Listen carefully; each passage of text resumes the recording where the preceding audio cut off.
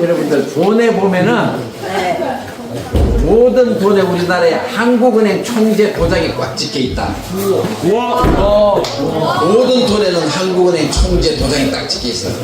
우리 총재님이 없으면 돈들이 못 만듭니다. 예, 그렇습니다. 오늘 연세는 많으시지만 멀리서 너희들 사랑해서 여기까지 오셨으니까 한 말씀도 놓치지 말고 열심히 들으면 딱 여러분들 내가 얘기한 게 있지?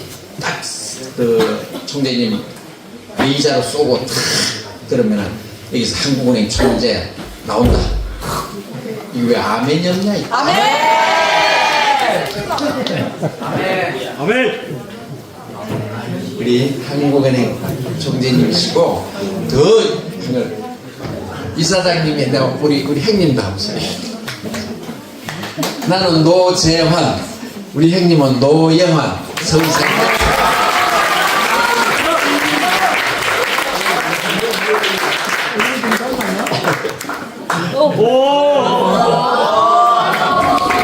우리 형님의 서울상대 동창이시고 또 여기 우리 서울상대 수석으로 또 입학하신 또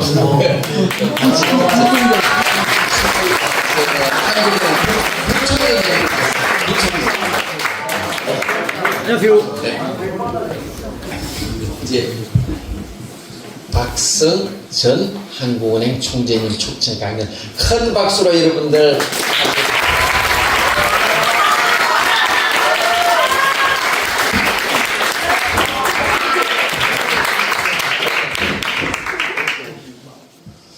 학생들 반갑습니다.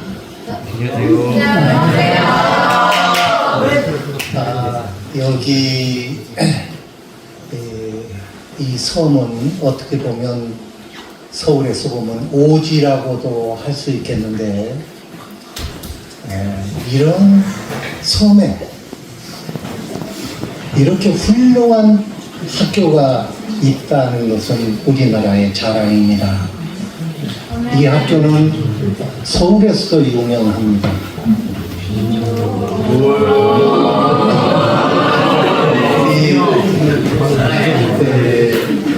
이런 정도로 떨어져 있는 가령 경상도나 호남이나 이런 데 같으면 학생들이 모두 줄어서 폐교 위험에 있는데 이 학교는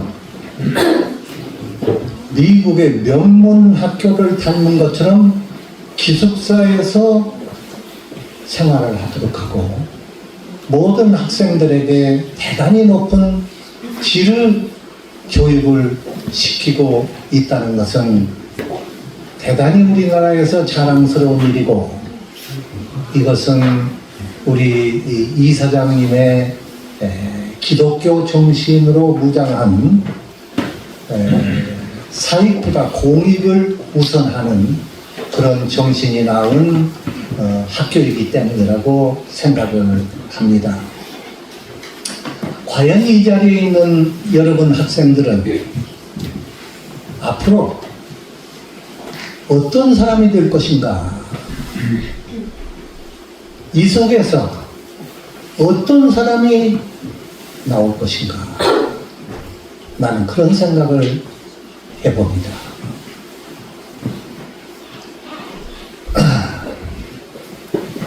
이 세상은 넓고 인구가 80억이나 됩니다. 우리나라에는 할 일이 많습니다. 여러분들은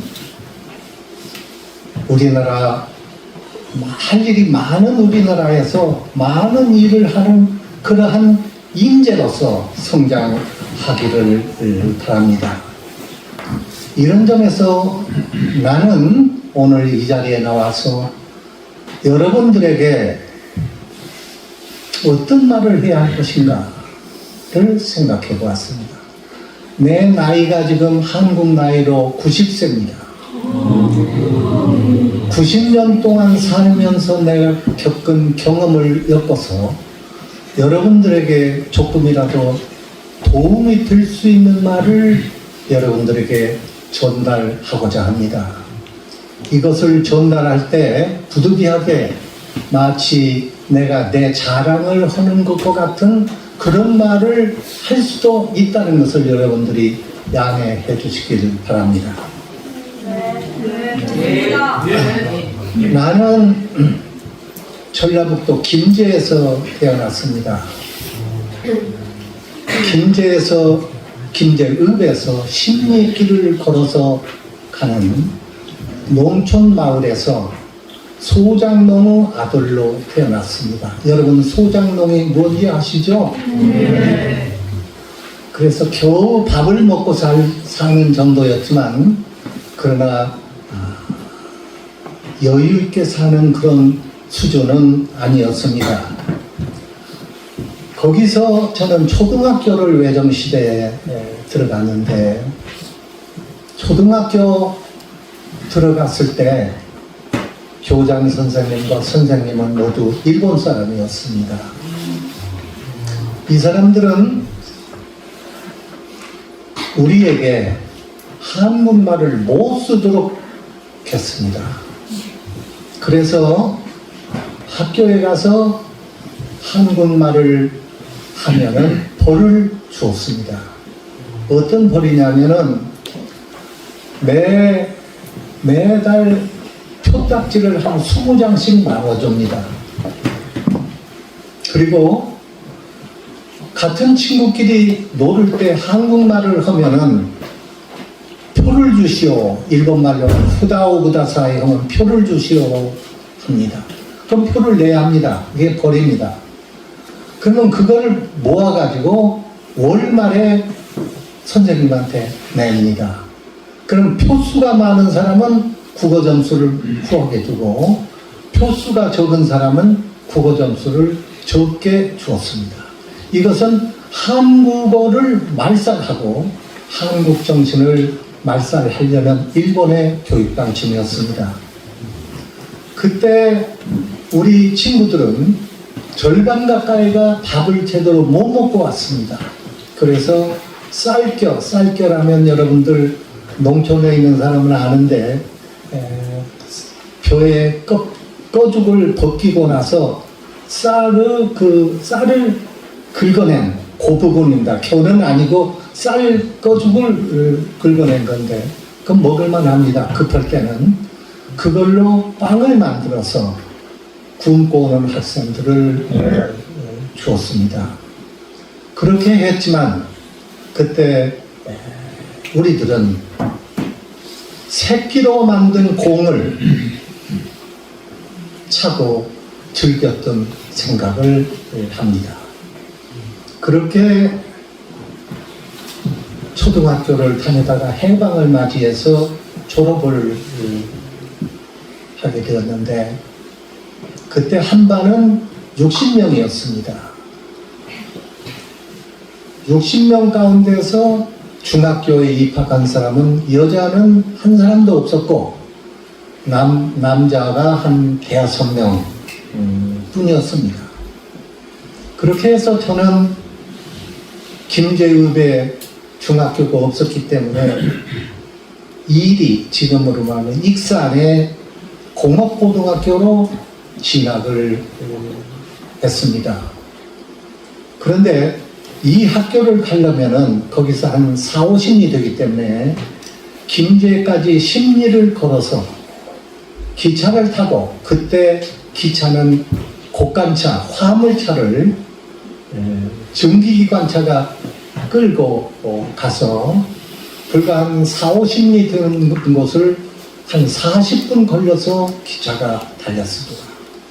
기차를 타고 익산에 내려서 다시 2km를 걸어서 학교에 이리 공업중학교에 가서 공부를 했습니다. 그래서 매일 새벽에 집을 나서서 17km, 왕복 17km를 걸어서 기차를 타고 학교에서 집에 돌아오면 늘 어두워서 집에 들어오는 그런 생활을 6년 동안, 그때는 중고등학교가 분리되어 있지 않고 6년제였습니다. 중학교가. 그래서 그 고등학교를 졸업하게 된 것입니다.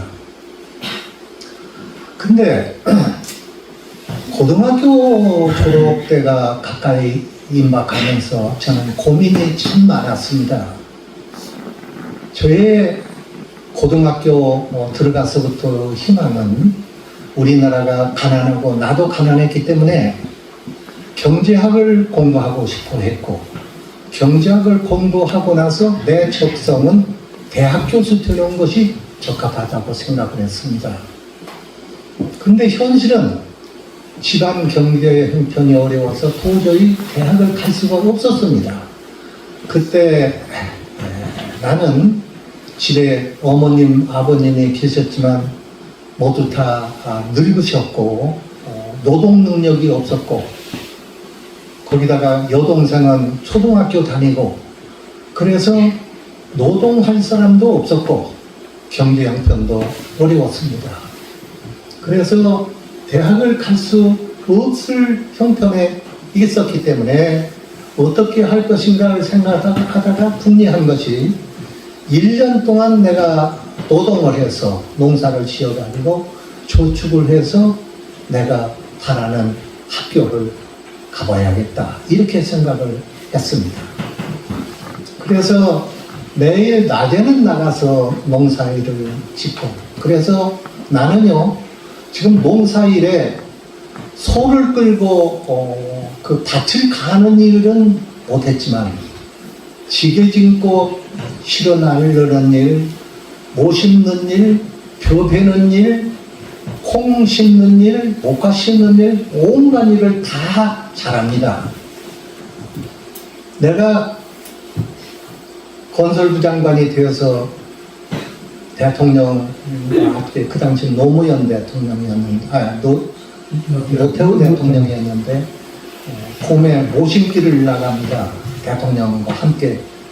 그러면 그 모심길은 사실상 카메라에 담기 위한 행사에 불과한데, 거기 가서 보면은 모를 제대로 심는 사람은 나밖에 없었습니다. 전부 그냥 원고 추춤하고 심는 척하고 그랬어요. 그렇게 내가 농사일을 잘했어요. 초등학교 때부터 내가 농사일을 다 했고, 산에 가서 나무를 긁어서 땔감을 하고, 중학교, 여러분과 같은 중학 1학년에 들어가서는 집에서 심은 목화를 어머님하고 같이 심었어요. 목화를 심어서 목화를 따서 그것을 가지고 벼를 이 불에다가 그걸 말려가지고 배틀에 올려가지고 어머니가 벼를 짜서 그 짠 것을 물을 사다가 검은 물감을 들여서 그거를 면사무소에 있는 재봉틀 집에 맡겨서 옷을 해서 그 옷을 입고 중학교를 다녔고, 신은 검은 고무신을 신었는데, 제가 그때 바라는 것은 부유한 사람은 운동화를 신었어요. 나도 운동화 한번 신어봤으면 하는 소망을 가졌던 것을 내가 지금 기억을 합니다. 그래서 고등학교 졸업해서 1년 동안 집에서 농사일을 하고, 저녁에는 등불을 켜놓고 공부를 하고, 그때 우리 집에는 농가가 대부분 그렇지만 전기도 없었고 라디오도 없었고 시계도 없었습니다. 그래서 저녁의 시간은 샛별이 어디에 걸려 있는가를 보고 어머니가 가르쳐줘서 지금 몇 시쯤 됐다는 것을 알고 학교를 다니고 그랬습니다. 그렇게 해서 등장불을 켜놓고 공부를 해서 1년 뒤에 가보니까 내가 직접 일을 해서 농사를 지었기 때문에 농사도 잘 되고, 그래서 쌀 5가마니가 저축이 됐어요. 근데 그 당시 서울대학은 일반 사립대학, 연세대학이나 고려대학에 비해서 등록금이 절반도 안 됐습니다. 그렇지만 이것이 나에게는 굉장히 벅찬 부담이었습니다. 그래서 서울대학 등록금을 1년 동안 내는 데는 큰 문제가 없는 그런 쌀을 저축을 해서 이제 서울로 시험을 보러 간 것입니다. 내 평생 처음으로 기차를 타고 서울에 도착해서 서울여가 배웠던 여관에 들어서 이제 시험 준비를, 시험 보러 가는데, 전차를 처음 타봤고, 전차 너머로 보니까 무슨 곰탕, 복덕방, 이런 간판이 보이는데, 그게 뭔지를 몰랐습니다. 그래서 곰탕은 저건 곰고기를 끓여서 파는 것이구나, 이렇게 혼자 생각을 했고, 복덕방은 저게 혹시 떡집 아닌가, 그런 생각을 했던 기억이 납니다. 어쨌든 그렇게 해서 우여곡절 끝에 어려운 그 형편 속에서 학교 다닐 때는 등록해놓고 집에 일할 사람이 없었기 때문에 내려와서 농사 짓는 일이 많았고, 그렇게 공부를 했지만 그 대신 갑절 노력은 2배 해야 된다는 생각을 했기 때문에 정말 열심히 저녁에는 공부를 했습니다. 그래서 대학을 졸업할 때는 이제 한국은행에 들어갈 수 있어서 한국은행에 들어감으로써 비로소 가난으로부터 해방되기 시작했습니다.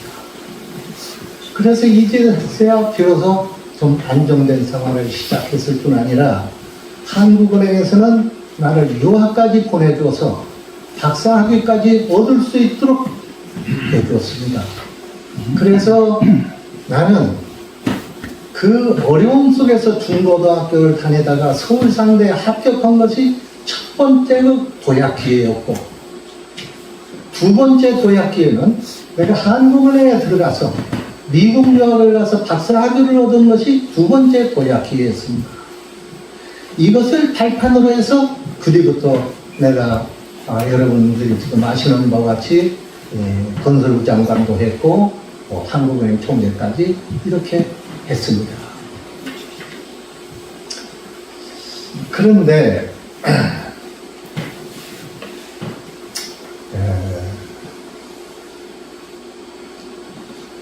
지금 제가 90평생 동안 과거를 회상해보면, 내가 중학교, 고등학교 때 내가 장차 가난 문제를 완전히 해결할 수 있다, 그런 자신이 없었습니다. 또 내가 장차 장관이 될 수 있다, 이런 생각을 해본 일이 없었습니다.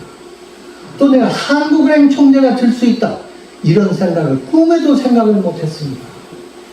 근데 지금 생각하면, 솔직히 말해서 지금 생각해도 그 당시 그렇게 밑바닥에서 헤매던 내가 어떻게 해서 장관도 되고 하는 총재도 되고, 오늘날은 돈 걱정하지 않고 부자는 아니지만 이제는 이렇게 살 수 있게 되었는가, 이걸 생각하면 참 신기하기도 하다, 이런 생각을 솔직하게 제가 그런 생각을 하고, 그냥 우리 집 사람한테도 그런 이야기를 여러 번 했습니다. 이게 믿기지 않는다. 아마 여러분들이 지금 그런 생각을 할 수 있을 거다, 나는 그렇게 생각해요. 여러분들 지금 앞으로 장차 내가 앞으로 20년, 30년, 40년 뒤에 내가 정부에 들어가 장관 될 수 있다. 어때요? 여러분 그런 생각을 할 수 있다고 생각해요? 어때요? 내가 한국은행 총재도 할 수 있다. 내가 대통령도 할 수 있다. 내가 아니면 어떤 큰 기업가가 되어서 가는 현대도 되고 삼성도 되고, 어떤 그렇게는 못 하더라도 적어도 훌륭한 중소기업가가 되어서 우리나라에서 그 바람을 일으킬 수 있는 기업가가 되겠다. 아니면 내가 어떤 유명한 피아니스트가 되겠다. 어떤 예술가가 되겠다. 문학가가 되겠다. 여러분들 어때요? 그런 생각을 여러분들 해봅니까? 할 수 있다고 생각해요? 없다고 생각해요? 나는 이 자리에 온 이유가, 여러분들이 지금 어려운 환경에 있다 하더라도, 집안이 가난해도 좋고 뭐도 어쩌도 좋고 나는 재능이 부족하다고 생각해도 좋고 어떤 것도 좋지만, 여러분들에게 그렇게 갈 수 있는 길이 있다. 분명히 그렇게 갈 수 있는 길이 있다. 여러분들이 하기에 따라서 그렇게 될 수 있는 길이 있다는 것을 말해주기 위해서 오늘 내가 이 자리에 온 것입니다. 여러분들이 그렇게 되려면 여러분들 스스로 깨달아야 돼요. 내가 어떻게 되고 앞으로 어떻게 처신해야 되겠다는 것을 여러분들이 깨달아야 돼요. 그 깨달음이 없으면 그건 그 길이 없어요. 그러면 어떤 것을 깨달아야 하는가? 여러분들이 어떻게 해야만 되는가? 내가 지금부터 간추려서 4가지만 내가 말씀을 드리겠습니다. 첫 번째로 여러분들에게 이야기하고자 하는 것은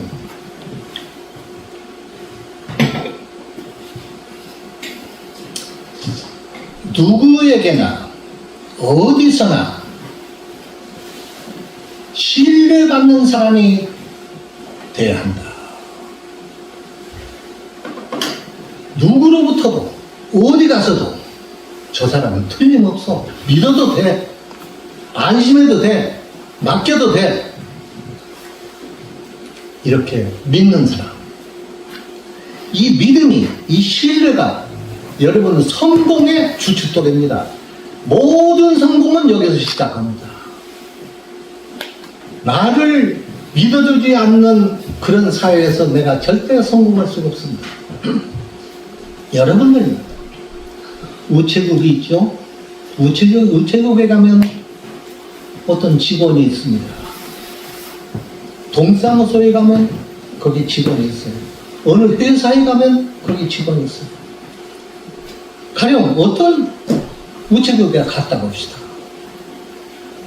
가서 뭘 부탁을 하는데 어떤 사람은 친절하게 맞이하고 성실하게 맞이하고 그래서 부탁한 일을 해주는 사람이 있는다면 어떤 사람은 퉁명스럽게 귀찮다는 듯이 냉정하게 불성실하게 일을 하는 사람도 있습니다. 그러면 가령 불성실하게 이야기하는 사람, 불친절한 사람, 네, 손님은 불쾌하게 생각합니다.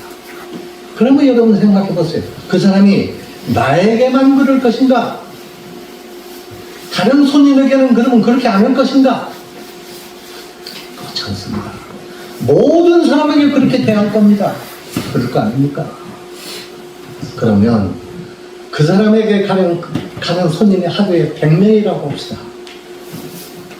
100명이 저 사람 불성실해, 믿을 수 없어, 불친절해 이렇게 느꼈다면 집에 가서 이야기하고 그 사람이 또 다른 사람에게 이야기하고 10사람한테 전파를 했다고 합시다. 그러면 1000명이 저 사람은 안 돼, 저 사람은 못 써. 그러면 하루에 1000명이면 한 달이면 3만 명입니다. 3만 명이 적으로 생산되는 겁니다. 매년 3만 명의 적이 나의 적이 생기는 거예요. 그러면 소문에 소문을 뚫고 나가서 저 사람은 불친절하다 이렇게 되면 그 사람이 승진할 수 있겠습니까?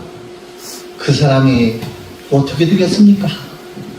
가령 그 자리에 어떤 여자 직원이 있었다면 그 여자 직원을 혼인길도 막힐 겁니다. 소문 나보세요. 그 여자 직원을 만든다. 이것이 믿음입니다. 그래서 이 믿음을 받는, 신뢰를 받는 그런 사람이 여러분 되어야 한다. 그런 사람이 되려면 재능도 필요하고 노력도 필요합니다. 그런데 이 재능과 노력은 2가지가 다 있으면 제일 좋습니다.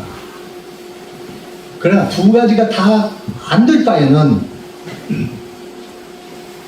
노력이 재능보다 더 중요합니다. 공부도 그렇습니다. 공부도 재능이 있어야 잘하고 노력이 있어야 잘합니다. 그러나 노력이 없는 재능보다는 재능이 없는 노력이 훨씬 그 사람을 더 성공으로 이끌 수 있습니다. 그래서 여러분들 재능을 없다 하더라도 노력을 갑절하면 얼마든지 그런 신뢰를 쌓을 수 있다 하는 것을 참고하시기 바랍니다. 다음 두 번째로, 나는 여러분들이 남을 배려하는 사람이 되어달라. 나만 생각하는 사람이 되어서는 안 됩니다. 남을 배려하고 조직을, 또 우리 사회를, 우리 국가를 나의 이익보다 앞세울 수 있는 사람,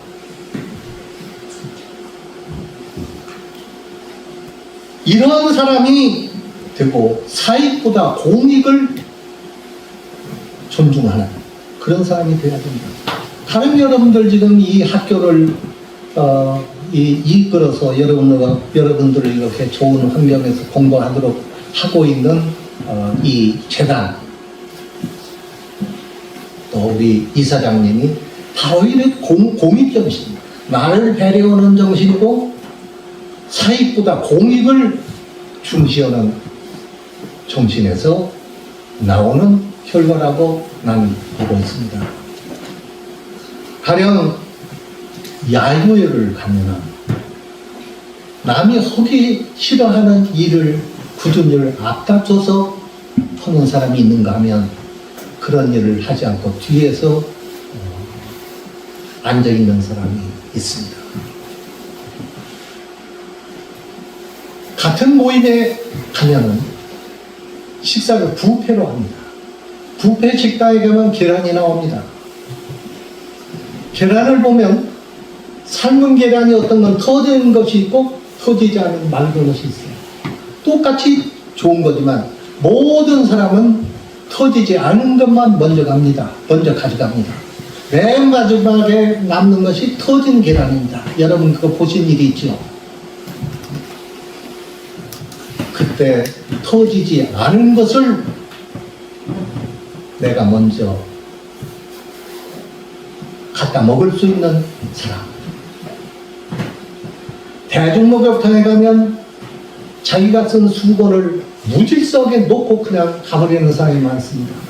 그런 사람이 있는가 하면은 자기가 그런 목욕탕에 수건을 거두어 가지고 가는 사람이 있습니다. 여기서 사람은 승부가 결정되는 것입니다.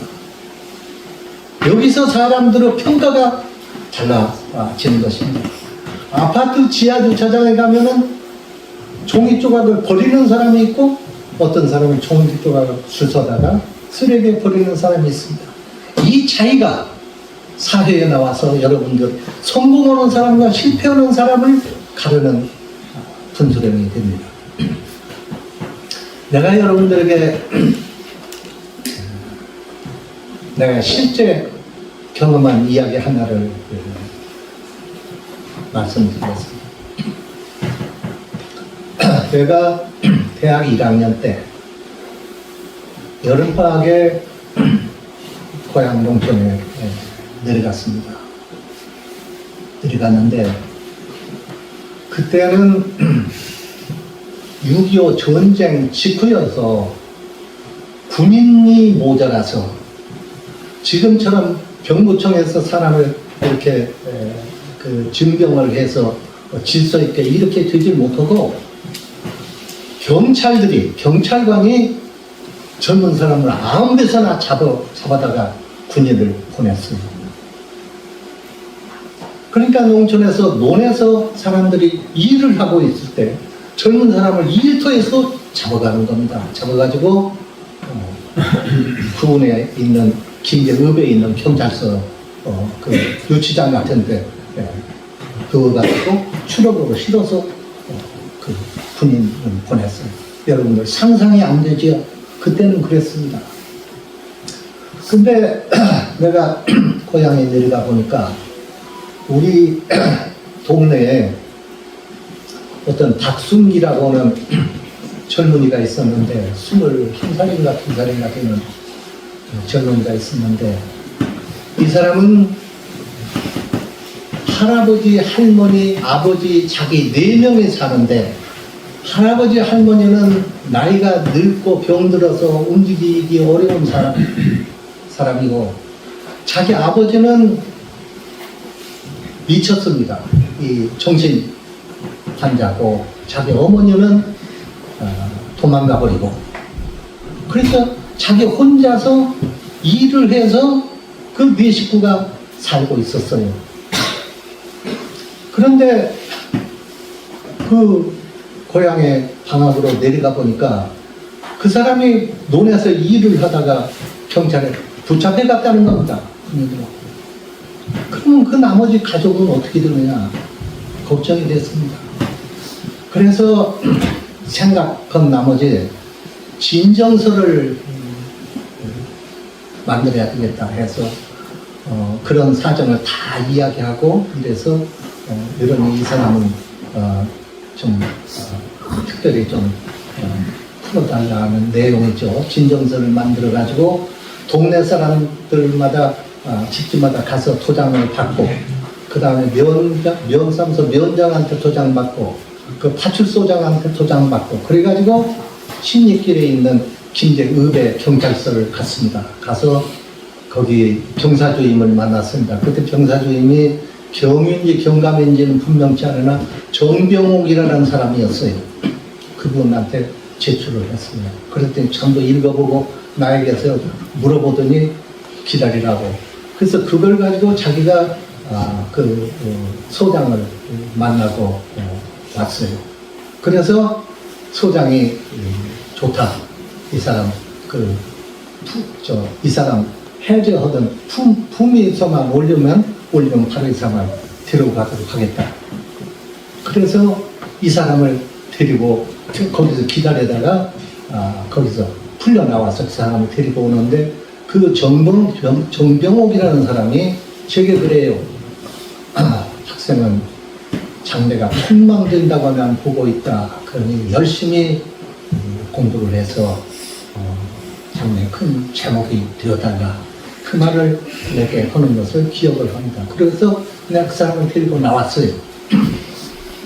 그래서 이제 난 그 이야기는 그걸로 끝나고 그래서 난 이제 서울로 다시 올라가서 공부하고 그랬는데 그게 1학년 때 이야기인데 2학년 때 가서 도저히 집에서 학비를 마련할 방도가 없어요. 내가 저축해놓은 쌀 5가마는 벌써 없어버렸고 그 뒤에 이제 빚을 얻어가지고 하는데 그것도 여의치 않고 그래서 내 생각에 방법이 없다. 이제 군대를 자원해서 가야겠다. 군대 가서 갔다 오면 그 사이에 조금 형편이 나아지든지 하겠지. 그래서 군대를 자원 입대하기로 결심을 했습니다. 그래서 2학년 때 교전 여름방학에 내려가서 그때는 모든 병사 업무를 경찰서에서 했습니다. 그래서 경찰서를 다시 찾아가서 그 병사계를 찾아서 자원입대 원서를 냈습니다. 내기 위해서 갔는데 그때 1년 전에 만났던 정병욱이라는 그 경사 주임이 그때도 있어요. 그래서 나를 보고는 금방 알아차리고 어찌고 하느냐고 전부 사전 이야기를 다 했습니다. 했더니 이분이 한마디로 군대 지금 가서는 안 된다. 지금 군대 가면 3년을 그 군대에 있어야 하는데 학생과 같은 지금 성장기에 3년은 너무 가혹하다. 근데 지금 내부적으로 이 병사계 통해서 지금 추진되는 거는 대학생들에 대한 학도병으로 가면 1년 반으로 복무기간을 단축하는 안이 지금 나와서 지금 중앙에서 내려와서 여기서 의견을 보내고 이 문제가 추진되고 있으니 머지않아 곧 1년 반으로 단축이 될 것이다. 그러니 학생은 지금 군대를 가지 말고 고상이 있더라도 우선 어떻게든지 등록을 해가지고 이 학도병 제도가 생기면 그때 가도록 하라. 그래서 그 말에 솔깃해서 제가 그 말을 듣고 집으로 돌아와가지고 빚을 얻었다 해가지고 학교를 등록금을 마련해서 등록을 하고 학교를 갔어요. 그랬더니 아니나 다를까 그 다음 내가 3학년 때 그때 한 6, 7개월 뒤 3학년 1학기 때 그 학도병 제도가 생겨서 내가 그 학도병으로 갔습니다. 그래서 1년 반 만에 제대를 하고 학교로 복학을 하게 됐어요. 내가 지금 생각하면 그 정병옥이라고는 그분이 얼마나 고마운지 내가 모르겠는데 내 일생으로 볼 때 그때 3년이냐 1년 반이냐 하는 것은 굉장히 큰 차이입니다. 그래서 그 뒤에 내가 감사하다는 이야기를 하려고 경찰서를 찾아갔는데 그분은 어디로 가고 없어요. 그래서 알아볼 수가 없느냐고 했더니 그때만 해도 안 된대요. 모른대요. 그래서 그 뒤에 그분에게 연락도 못했습니다. 제가 말씀드리는 뜻은 이와 같이 남을 배려하는 정신이 있으면 어느 면에서는 그 고상이 어떤 형태로든지 돌아온다 하는 것을 여러분들에게 말씀드리고자 합니다. 그래서 저는 그런 생각을 합니다. 내가 부유하게 되고 내가 좋은 가정을 이루어서 자식들이 건강하고 잘 되고 그러는 것은 나의 행복이다. 그러나 이것은 작은 행복이다. 큰 행복은 내가 누군가 남을 위해서, 누군가 우리 사회를 위해서, 우리 국가를 위해서 내가 도움을 주었을 때 그때 느낄 수 있는 행복이 더 큰 행복이다. 나는 그렇게 생각을 합니다. 마지막으로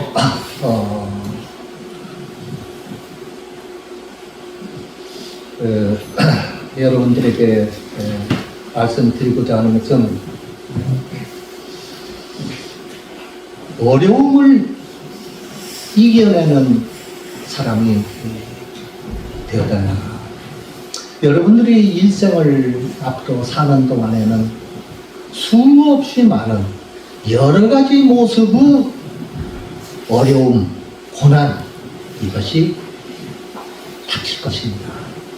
여기에 굴복하는 사람이 되어서는 안 된다. 7.8비란 말이 있습니다. 7번 넘어지면 8번 일어난다는 뜻입니다. 어떤 역경이 다가오더라도 거기에 굴복하지 말고 그걸 이겨내라. 끝까지 희망을 버리지 말라. 일시 쉴 수는 있지만 희망을 버리는 사람이 되어서는 안 된다. 여러분들 실패를 누구나 다 경험하게 됩니다. 실패에 좌절하는 사람이 되어서는 안 됩니다. 실패가 오면은 실패를 교훈으로 삼아야 됩니다. 이 실패에서 내가 뭘 잘못해서 실패가 왔는가 그걸 분석하고 다시는 실패가 오지 않도록 거기에 내가 대응하는 대책을 세워서 실패가 성공의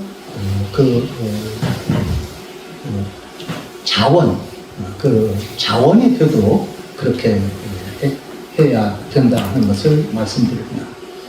지금 제가 두서없이 몇 가지 정리해서 제가 느낀 것을 여러분들에게 이야기를 했는데 여러분들은 내가 볼 때는 대단히 좋은 환경에서 공부를 하고 있습니다.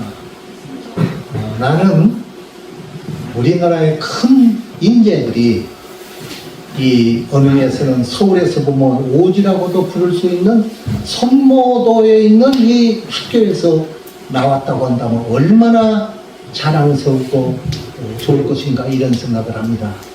이 중에서 여러분들 훌륭한 우리나라 인재들이 많이 대출되기를 바라면서 저희 말씀을 이걸로 마치겠습니다. 감사합니다.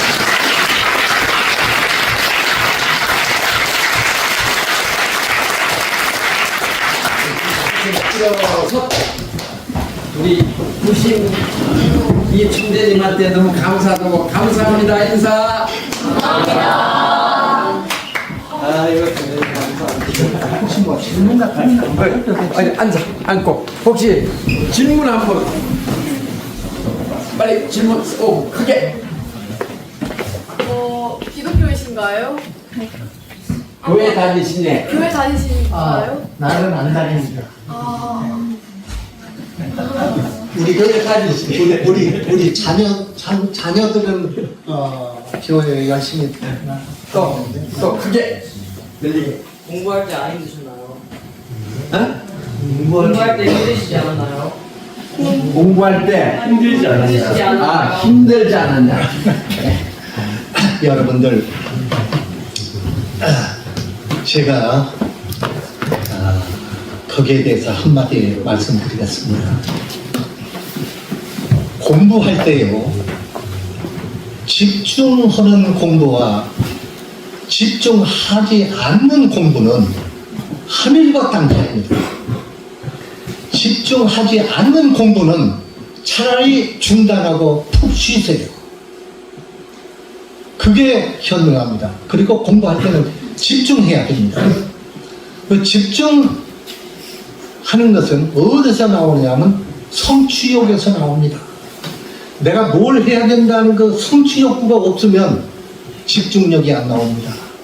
자기가 나는 무엇을 어떻게 해서 어떤 사람이 되겠다는 그런 희망과 욕구로 가득 찬 사람은 이건 공부하고 싶어도 견딜 수가 없습니다.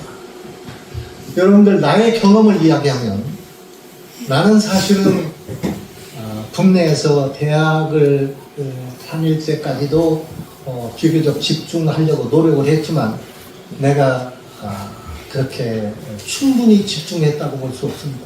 내가 성적도 그렇게 좋은 편이 못됐습니다. 내가 서울상대 합격하는 건 맨 꼴찌로 커트라인에 걸려서 되었으리라고 생각합니다. 근데 내가 집중된 공부를 해본 것은 미국 유학시설이었습니다.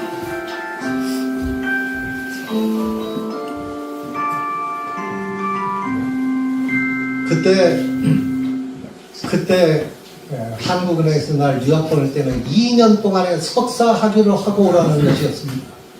근데 나는 그동안에 박사 학위를 하고 싶었어요. 그 목표를 설정해가지고 공부를 하다 보니까 시간이 급한 거예요. 1시간 아까운 거예요.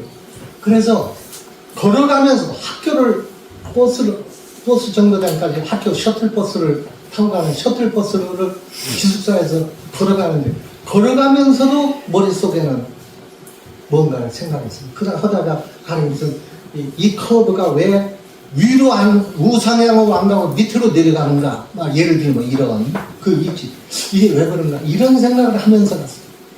여러분들 좀 적합하지 않은 장소인지 모르지만 화장실에 갔어도 내 머리는 거기에 있었어요. 공부. 이게 집중하는 공부입니다. 이렇게 집중해야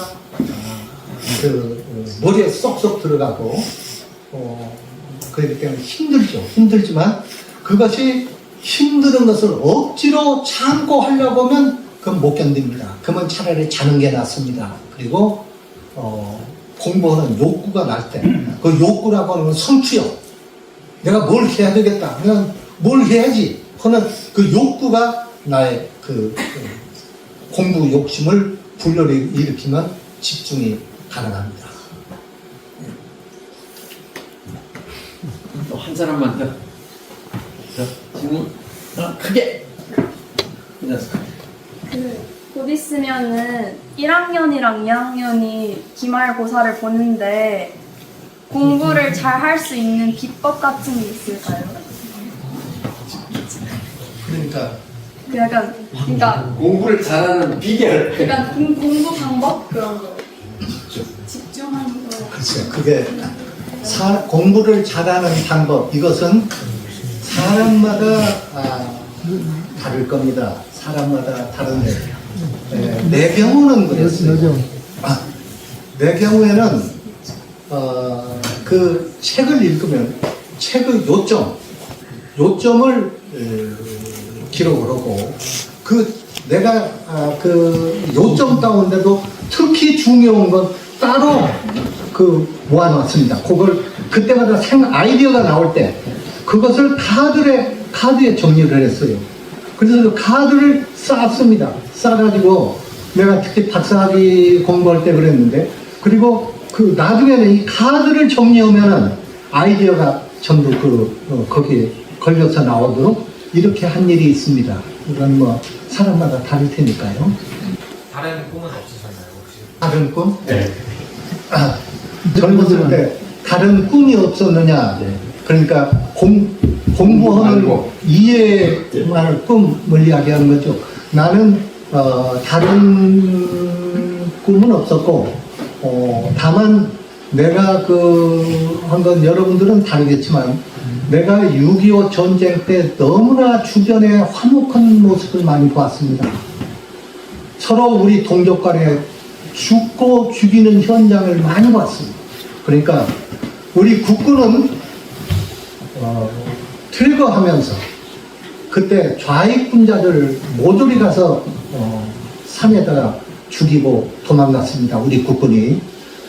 그리고 그런가 하면은 공산군이 쳐들어와서는, 그때 전라도에는 공산군이 들어왔으니까, 공산군이 들어와서는 그때 있었던 소위 우익계열이라고 하는 사람, 원룸에서는 아무 상관도 없는 이장, 면장한 사람까지 그냥 모두 잡아다가 꼭 죽이고 그랬습니다. 그래서 내 평생은 절대로 나 정치는 안 하겠다, 그런 생각을 했습니다. 그래서 사실은 내가 지금까지 살아오면서 정치에 가령 국회의원이 되어라, 이런 그 정치에 들어오도록 하는 교섭을 한 4번쯤 받았습니다. 그러나 모두 다 제가 사용한 것은 그때 저의 자진이 있었기 때문에 그랬고, 오직 저로서는 이제 경제학을 공부하겠다는 일념으로 했고, 다른 꿈은 아니었습니다. 내가 질문 하나 할게. 우리 총재님이 사회에 얼만큼 기부했게? 자, 빨리 55. 장난으로 하지 말고 1조 1조. 2조 45.